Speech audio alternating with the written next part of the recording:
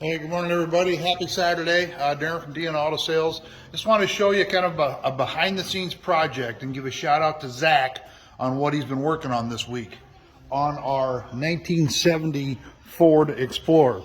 So, new water heater, new water inlet, all new plumbing on the inside. All that got done a couple weeks ago with Bruce and Zach kind of tag teaming it.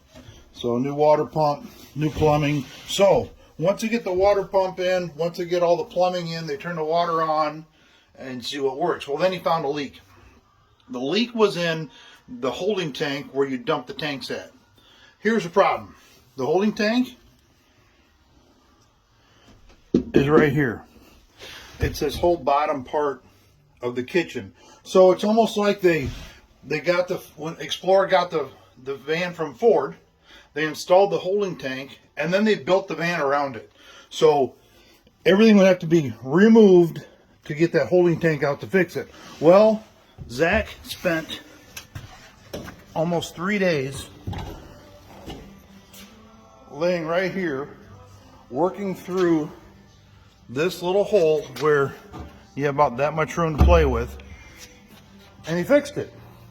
I mean, he had to like re-engineer the thing. He had like every tool in the shop laid out all along here. I wish I had a picture of it. But just to re-engineer, take care of a leak, so that you can dump your water tanks. You can see all the remodel work, the woodwork you do looks good, but something like this, something that no one will ever see, really appreciate. But he's got almost 3 days into repairing this almost impossible repair. And look, it looks like better than factory.